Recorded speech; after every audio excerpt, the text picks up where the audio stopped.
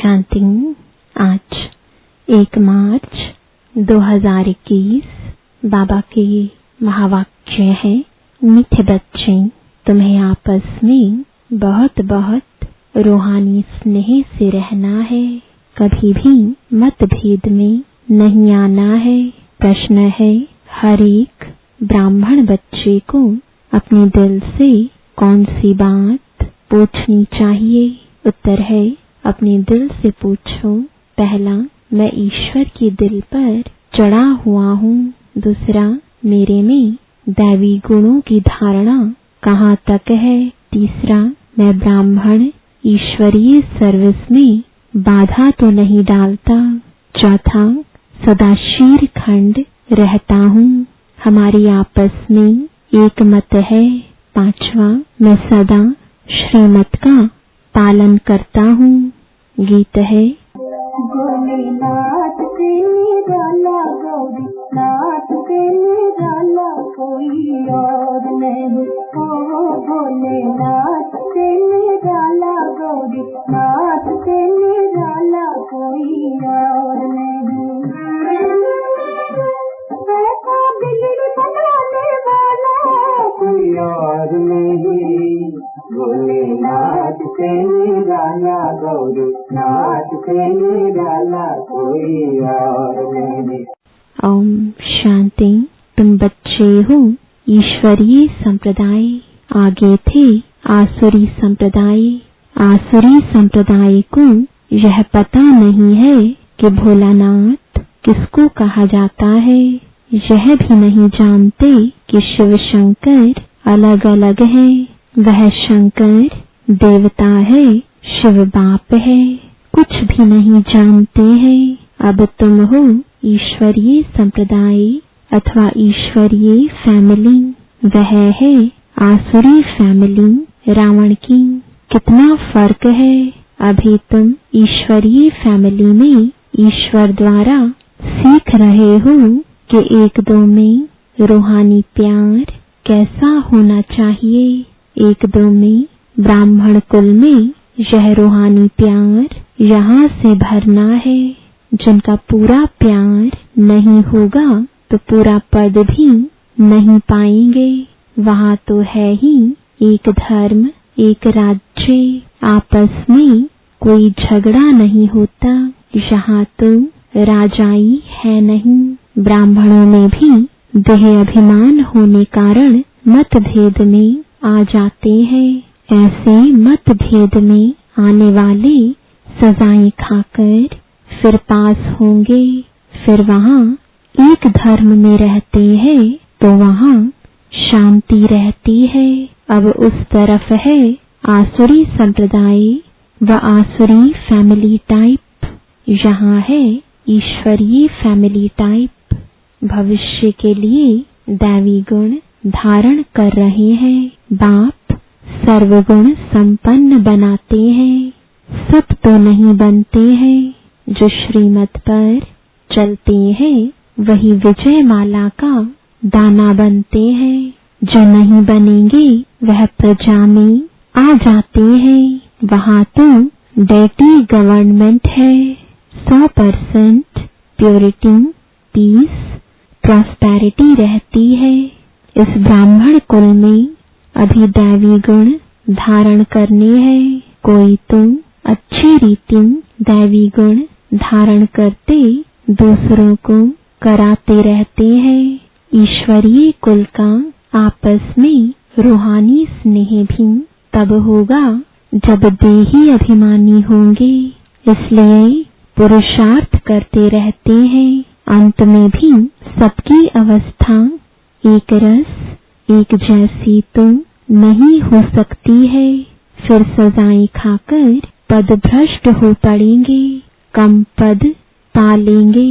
ब्राह्मणों में भी अगर कोई आपस में शीरखंड होकर नहीं रहते हैं, आपस में लोन पानी हो रहते हैं, दैवी गुण धारण नहीं करते हैं, तो ऊंच पद कैसे पा सकेंगे? लोन पानी होने के कारण कहाँ ईश्वरीय सर्विस में भी बाधा डालते रहते हैं। जिसका नतीजा क्या होता है वह इतना ऊंच पद नहीं पा सकते। एक तरफ पुरुषार्थ करते हैं शीरखंड होने का, दूसरी तरफ माया लून पानी बना देती है, जिस कारण सर्विस बदले डिसर्विस करते हैं। बाप बैठ समझाते हैं तुम हो ईश्वरीय फैमिली, ईश्वर के साथ रहते भी हो। कोई साथ रहते हैं, कोई दूसरे गांव में रहते हैं, परंतु हो तो इकट्ठे ना। बाप भी भारत में आते हैं, मनुष्य यह नहीं जानते शिव बाबा कब आते हैं, क्या आकर करते हैं। तुमको बाप द्वारा अभी परिचय मिला है। रचता और रचना के आदि मध्य अंत को अब तुम जानते हो। दुनिया को पता नहीं कि यह चक्र कैसे फिरता है, अभी कौन सा समय है, बिल्कुल घोर अंधियारे में है। तुम बच्चों को रचता बाप ने आकर सारा समाचार सुनाया है, साथ साथ समझाते हैं कि हे सालिग्रामो मुझे याद करो। यह शिव बाबा कहते हैं अपने बच्चों को, तुम पावन बनने चाहते हो ना, पुकारते आए हो। अभी मैं आया हूँ। शिव बाबा आते ही हैं भारत को फिर से शिवालय बनाने। रावण ने वैश्यालय बनाया है, खुद ही गाते हैं कि हम पतित विशस हैं। भारत सतयुग में संपूर्ण निर्विकारी था। निर्विकारी देवताओं को विकारी मनुष्य पूजते हैं, फिर निर्विकारी ही विकारी बनते हैं। यह किसको पता नहीं है। पूज्य तो निर्विकारी थे, फिर पुजारी विकारी बने हैं, तब तो बुलाते हैं हे पतित पावन आओ, आकर निर्विकारी बनाओ। बाप कहते हैं यह अंतिम जन्म पवित्र बनो, मामेकम याद करो तो तुम्हारे पाप कट जाएंगे और तुम तमो प्रधान से सत प्रधान देवता बन जाएंगे। फिर चंद्रवंशी क्षत्रिय फैमिली टाइप में आएंगे। इस समय हो ईश्वरीय फैमिली टाइप, फिर दैवी फैमिली में 21 जन्म रहेंगे। इस ईश्वरीय फैमिली में तुम अंतिम जन्म पास करते हो। इसमें तुमको पुरुषार्थ कर फिर सर्वगुण संपन्न बनना है। तुम पूज्य थे, बरोबर राज्य करते थे, फिर पुजारी बने हो। यह समझाना पड़े ना, भगवान है बाप, हम उनके बच्चे हैं तो फैमिली हुई ना। गाते भी हैं तुम माता पिता, हम बालक तेरे तो फैमिली ठहरे ना। अब बाप से सुख घनेरे मिलते हैं। बाप कहते हैं तुम हमारी फैमिली बेशक हो, परंतु ड्रामा प्लान अनुसार रावण राज्य में आने के बाद फिर तुम दुख में आते हो तो पुकारते हो। इस समय तुम एक्यूरेट फैमिली हो। फिर तुमको भविष्य 21 जन्म लिए वर्षा देता हूँ। यह वर्षा फिर दैवी फैमिली में 21 जन्म कायम रहेगा। दैवी फैमिली सतयुग त्रेता तक चलती है, फिर रावण राज्य होने से भूल जाते हैं कि हम दैवी फैमिली के हैं। वाम मार्ग में जाने से आसुरी फैमिली हो जाती है। 63 जन्म सीढ़ी गिरते आए हो। यह सारी नॉलेज तुम्हारी बुद्धि में है, किसको भी तुम समझा सकते हो। असल तुम देवी देवता धर्म के हो। सतयुग के आगे था कलयुग। संगम पर तुमको मनुष्य से देवता बनाया जाता है। बीच में है यह संगम। तुमको ब्राह्मण धर्म से फिर दैवी धर्म में ले आते हैं। समझाया जाता है लक्ष्मी नारायण ने यह राज्य कैसे लिया। उनसे पहले आसुरी राज्य था, फिर दैवी राज्य कब और कैसे हुआ। बाप कहते हैं कल्प कल्प संगम पर आकर तुमको ब्राह्मण देवता क्षत्रिय धर्म में ले आते हैं। यह है भगवान की फैमिली। सब कहते हैं गॉडफादर, परंतु बाप को न जानने के कारण निधन के बन गए हैं। इसलिए बाप आते हैं घोर अंधियारे से सोझरा करने। अब स्वर्ग स्थापन हो रहा है। तुम बच्चे पढ़ रहे हो, दैवी गुण धारण कर रहे हो, यह भी मालूम होना चाहिए। शिव जयंती मनाते हैं। शिव जयंती के बाद फिर क्या होगा? जरूर दैवी राज्य की जयंती हुई होगी ना। हेवनली गॉडफादर हेवन की स्थापना करने हेवन में तो नहीं आएंगे। कहते हैं मैं हेल और हेवन के बीच में संगम पर आता हूँ। शिवरात्रि कहते हैं ना, तो रात में मैं आता हूँ। यह तुम बच्चे समझ सकते हो। जो समझते हैं वह औरों को भी धारण कराते हैं। दिल पर भी वह चढ़ते हैं जो मनसा वाचा कर्मणा सर्विस पर तत्पर रहते हैं। जैसी जैसी सर्विस उतना दिल पर चढ़ते हैं। कोई ऑलराउंड वर्कर्स होते हैं। सब काम सीखना चाहिए। खाना पकाना, रोटी पकाना, बर्तन मांजना, यह भी सर्विस है ना। बाप की याद है फर्स्ट, उनकी याद से ही विकर्म विनाश होते हैं। यहाँ का वर्षा मिला हुआ है, वहाँ सर्वगुण संपन्न रहते हैं। यथा राजा रानी तथा प्रजा दुख की बात नहीं होती। इस समय सब नरकवासी हैं। सबकी उतरती कला है, फिर अभी चढ़ती कला होगी।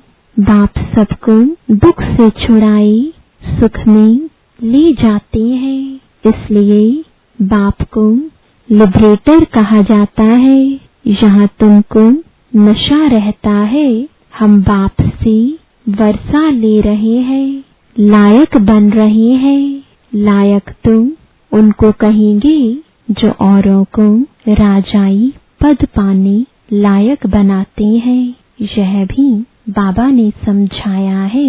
पढ़ने वाले तो बहुत आएंगे, ऐसे नहीं कि सब 84 जन्म लेंगे। जो थोड़ा पढ़ेंगे वह देरी से आएंगे तो जन्म भी कम होंगे ना। कोई 80, कोई 82, कोई जल्दी आते, कोई पीछे आते। सारा मदार पढ़ाई पर है।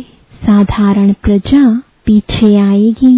उन्हों के 84 जन्म हो ना सके, पीछे आते रहते हैं।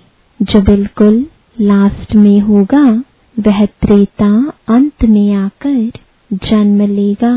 फिर वाम मार्ग में जाते हैं। उतरना शुरू हो जाता है। भारतवासियों ने कैसे 84 जन्म लिए हैं, उनकी यह सीढ़ी है। यह गोला है ड्रामा के रूप में। जो पावन थे वही अब पतित बने हैं, फिर पावन देवता बनते हैं। बाप जब आते हैं तो सबका कल्याण होता है। इसलिए इसको ऑस्पिशियस युग कहा जाता है। बलिहारी बाप की है जो सबका कल्याण करते हैं। सतयुग में सबका कल्याण था, कोई दुख नहीं था। यह तो समझाना पड़े कि हम ईश्वरीय फैमिली टाइप के हैं। ईश्वर सबका बाप है। यहाँ ही तुम माता पिता गाते हो, वहाँ तो सिर्फ फादर कहा जाता है।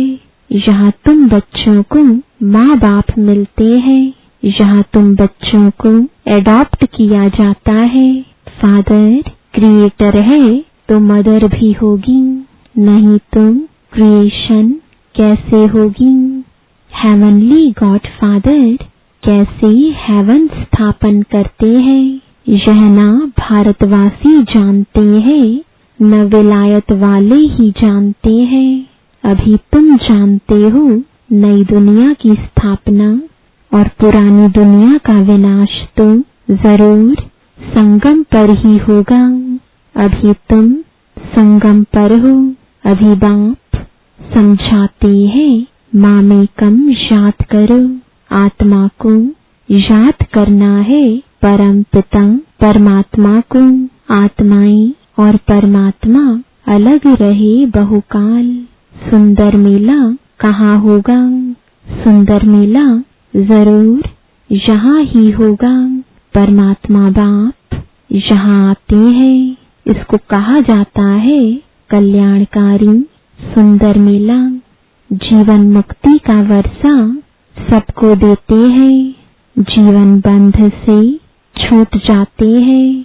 शांति धाम तो सब जाएंगे, फिर जब आते हैं तो सतो प्रधान रहते हैं। धर्म स्थापन अर्थ आते हैं नीचे। जब उनकी जनसंख्या बढ़े तब राजाई के लिए पुरुषार्थ करें, तब तक कोई झगड़ा आदि नहीं रहता। सतो प्रधान से रजों में जब आते हैं तब लड़ाई झगड़ा शुरू करते हैं। पहले सुख फिर दुख, अब बिल्कुल ही दुर्गति को पाए हुए हैं। इस कलयुगी दुनिया का विनाश, फिर सतयुगी दुनिया की स्थापना होनी है। विष्णुपुरी की स्थापना कर रहे हैं ब्रह्मा द्वारा। जो जैसा पुरुषार्थ करते हैं उस अनुसार विष्णुपुरी में आकर प्रारब्ध पाते हैं। यह समझने की बहुत अच्छी अच्छी बातें हैं। इस समय तुम बच्चों को बहुत खुशी होनी चाहिए कि हम ईश्वर से भविष्य 21 जन्मों का वर्षा पा रहे हैं। जितना पुरुषार्थ कर अपने को एक्यूरेट बनाएंगे, तुम्हें एक्यूरेट बनना है। घड़ी भी लीवर और सिलेंडर होती है ना, लीवर बहुत एक्यूरेट होती है। बच्चों में कई एक्यूरेट बन जाते हैं, कई अनएक्यूरेट हो जाते हैं, तो कम पद हो जाता है। पुरुषार्थ करके एक्यूरेट बनना चाहिए। अभी सब एक्यूरेट नहीं चलते। तदबीर कराने वाला तो एक ही बाप है। तकदीर बनाने के पुरुषार्थ में कमी है, इसलिए पद कम पाते हैं। श्रीमत पर न चलने के कारण, आसुरी गुण न छोड़ने कारण, योग में न रहने कारण यह सब होता है। योग में नहीं है तो फिर जैसे पंडित योग कम है, इसलिए शिव बाबा तरफ लव नहीं रहता। धारणा भी कम होती है, वह खुशी नहीं रहती। शक्ल ही जैसे मुर्दों मिसल रहती है। तुम्हारे फीचर्स तो सदैव हर्षित रहने चाहिए, जैसे देवताओं के होते हैं। बाप तुमको कितना वर्षा देते हैं। कोई गरीब का बच्चा साहूकार के पास जाए तो उनको कितनी खुशी होगी। तुम बहुत गरीब थे, अब बाप ने एडॉप्ट किया है तो खुशी होनी चाहिए। हम ईश्वरीय संप्रदाय के बने हैं, परंतु तकदीर में नहीं है तो क्या किया जा सकता है। पद भ्रष्ट हो जाता है, पटरानी बनते नहीं। बाप आते ही हैं पटरानी बनाने। तुम बच्चे किसको भी समझा सकते हो कि ब्रह्मा विष्णु शंकर तीनों हैं शिव के बच्चे। भारत को फिर से स्वर्ग बनाते हैं ब्रह्मा द्वारा, शंकर द्वारा पुरानी दुनिया का विनाश होता है। भारत में ही बाकी थोड़े बचते हैं। प्रलय तो होती नहीं, परंतु बहुत खलास हो जाते हैं। तो जैसे कि प्रलय हो जाती है, रात दिन का फर्क पड़ जाता है, वह सब मुक्ति धाम में चले जाएंगे। यह पतित पावन बाप का ही काम है। बाप कहते हैं देही अभिमानी बनो, नहीं तो पुराने संबंधी याद पड़ते रहते हैं। छोड़ा भी है फिर भी बुद्धि जाती रहती है।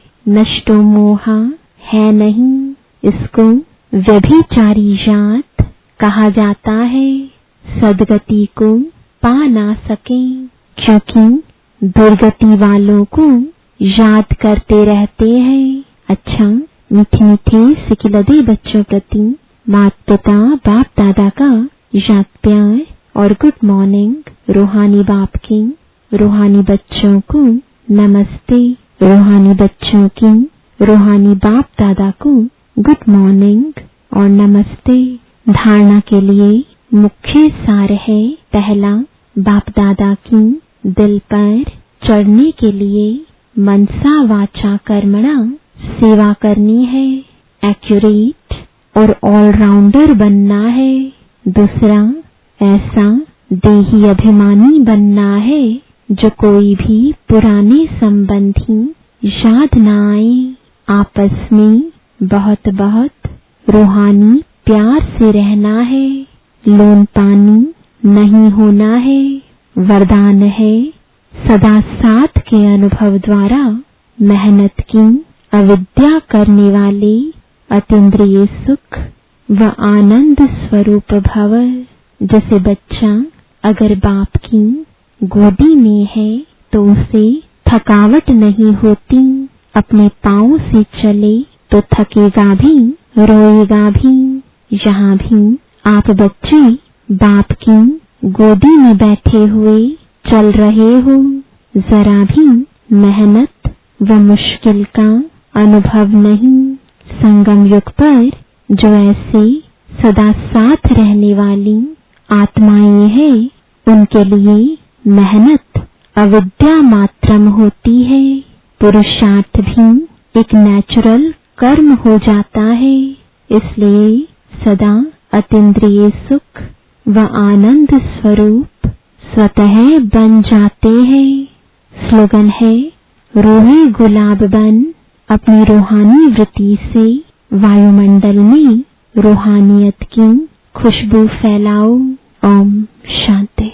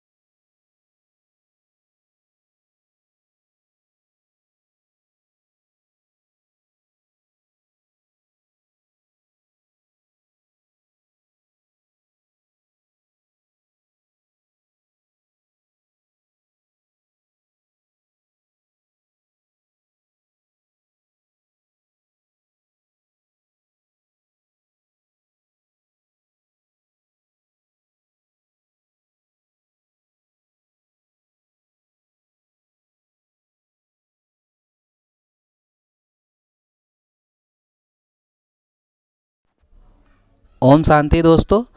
रोज़ाना मुरली के लिए सब्सक्राइब करना ना भूलें चैनल और बेल आइकन ज़रूर दबाएं। ओम शांति।